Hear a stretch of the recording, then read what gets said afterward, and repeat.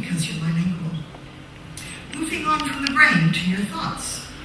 When you look at another country, like England or Britain from abroad, you also become more capable of looking at your own homeland from afar. You may come to appreciate some things more, but you may also become more critical and disappointed. So this diving into and out of another culture, a foreign culture for lessons, and then back into your own, may make you feel at times like both an insider and an outsider in your own homeland. And this can give rise to some identity issues that others around you cannot or will not relate to. So, what has shaped you into who you are today?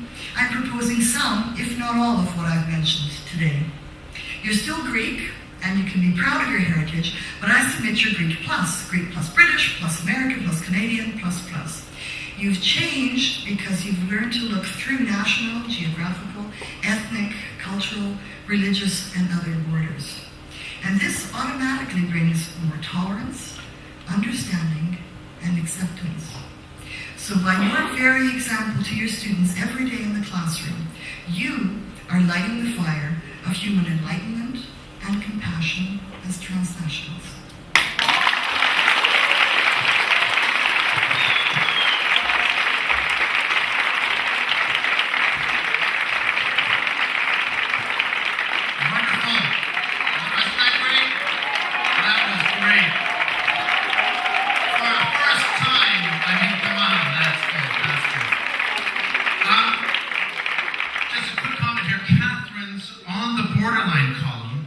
In next Friday's Athens News, we'll feature this topic along with interviews with 3 teachers who are TESOL Macedonia-Thrace members. So keep an eye out for that. Next Friday's Athens News, her column on the borderline. Okay, you ready for more? Yeah. Shall we make another speaker suffer? Yeah. Let's make Roger House suffer. Now, Roger is not a virgin at this. He has done this before once at the IATEFL conference in where was it? In Harrogate. Okay, but the way he's pacing behind me, I think he's just as nervous as if it was the first time. So let's make him a little bit more nervous by giving him a big round of applause while I say.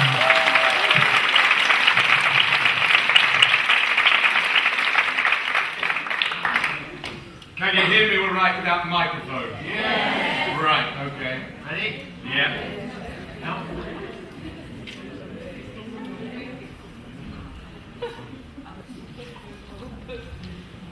Okay. Probably best. Right, here we go. Okay, we're going to have a lesson now. Let's learn N.Greece. This is a language that I was brought up with, and the language which I often use when I don't want people to understand what I'm saying. But I'm going to give you 1 or 2 vocabulary items that will help you to get an appreciation a little bit of N.Greece. Why is it called N.Greece? Well, actually, it isn't. The Greek speakers amongst you will understand why I've called it N.Greece. Anglica, Hispanica, Portuguesica, we'll start with some basics. This is the boat race, which takes part annually in London. And I want you to think about your bodies. Which part of your body does this refer to? And if you are from London, please be quiet. Somebody's boat. Here is somebody's boat. You take off the second word, race, and it rhymes with... Come on, I'm going to have to ask you to participate a little bit in this one. So, we've got boat is somebody's face. Are you beginning to get the idea? Let's try this one. Here's an old picture of Barnet Fair. Now, what do you think that might connect with? Fair. Brilliant. That was too quick because the slide hadn't turned. I needed a bit more time on the dissertation on that one, but you've actually managed it. There's your hair, Barnet Fair. Now, let's try this one. Some delicious mince pies. Now, what do you think those are? Now let's use the word mincers. All together, mincers. Mincers. Great. You're too good at it. Try it again, mincers. Right, here's a garden hose. Come on, what is it? No. In this case, we don't take off the second word. We use garden hose for nose. Everybody, garden hose. Right, good, come on. We're doing far too well with this. Here's a king ear. What are these? You've got two of them. Ears. Kingly ears. Come on, all together, let's say it. Kingly ears. Right, okay, again. Ears. This? Now, what we need now is a bit of revision. Oh, no, there's one more word. Sorry. Should have looked at my notes. North and south? We use both words here for the north and south. I'm going to close my north and south in a minute. Here we go. Ready for some revision. You're going to have to do this as a drill, okay? Here's some nice clip art. Right, are you ready? Boat. Again. Good. Can we do it again before it changes? No, we can't. This one. Again. Brilliant. Brilliant. This one.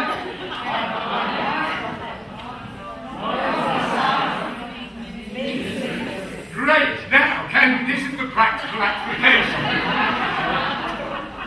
Can you describe this man to the London police? Any suggestions?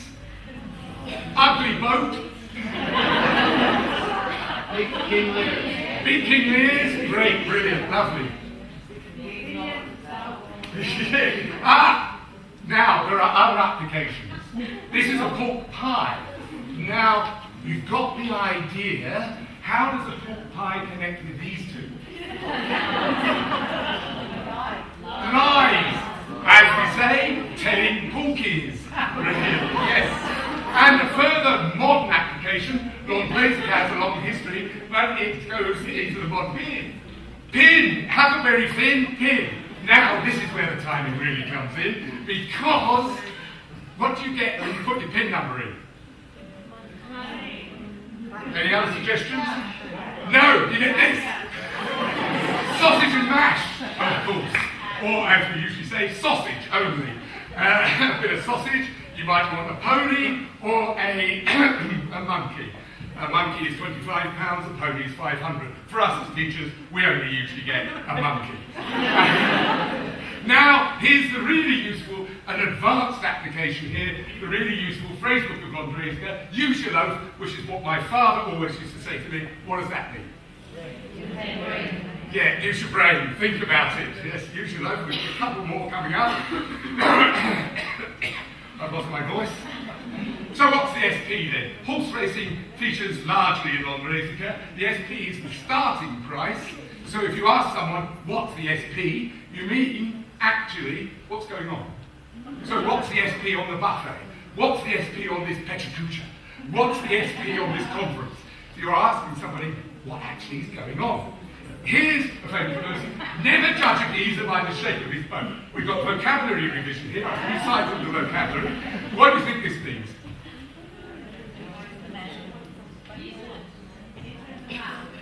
Yeah? No, don't judge by appearances, something like that, yes? Let me mark your card means actually, again, horse racing metaphor, your racing card, if you mark somebody's card, you're giving them a piece of insider information. So let me mark your card on Pecha Kuchas. Try and make it interactive. And finally, we have the online dictionary, or dictionary, and there you are. There is actually an online dictionary for Cockney rhyming slang, and if you want, you can go and check the accuracy of my vocabulary and try and learn a bit yourself. Thank you very much.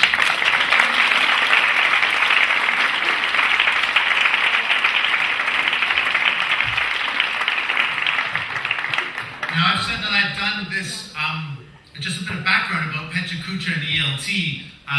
The first one we did at an TESOL conference with, again, 8 speakers. The actual Pecha evenings, the official ones, are usually designers and architects, and they come together in different cities. I'm sure it's happened in Thessaloniki, and I'm sure it's happened in other cities. It's happened all over the world.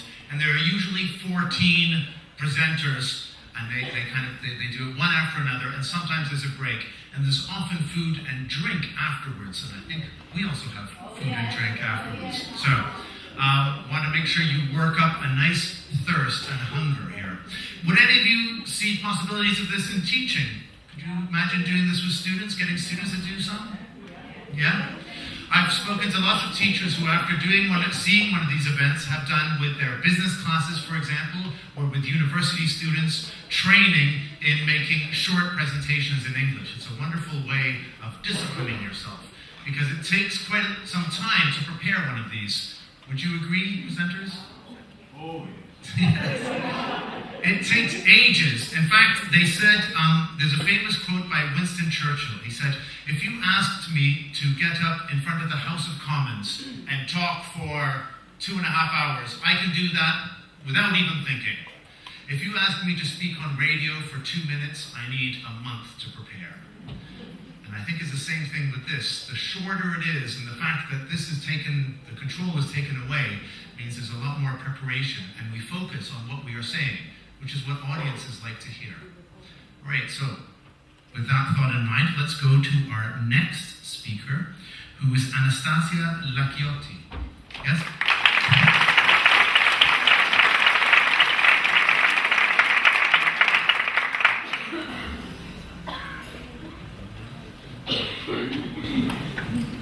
Can you hear me?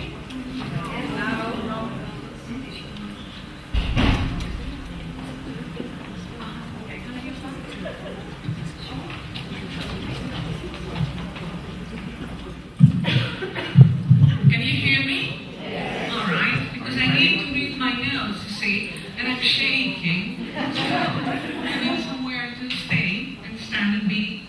Okay? ready? Yep. Yep.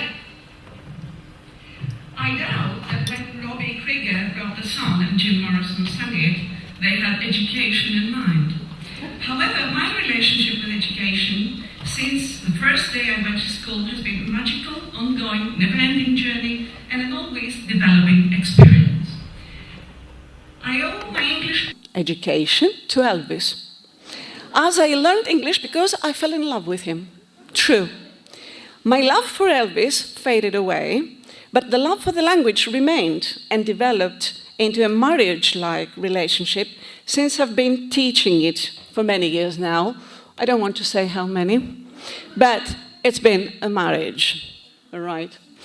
Now, following tradition, in my first lesson, I had my old student's bag, my new notebook, a borrowed pen, I was shaking, I couldn't have my own, and the blue book with Arthur's adventures. Nervousness, anticipation, joy, and a wish to share my knowledge were with me that day and ever since have been. Right, I had to do a different and challenging transformation exercise. The transition from being a student to being a teacher. Another ongoing process started that never stops evolving. God.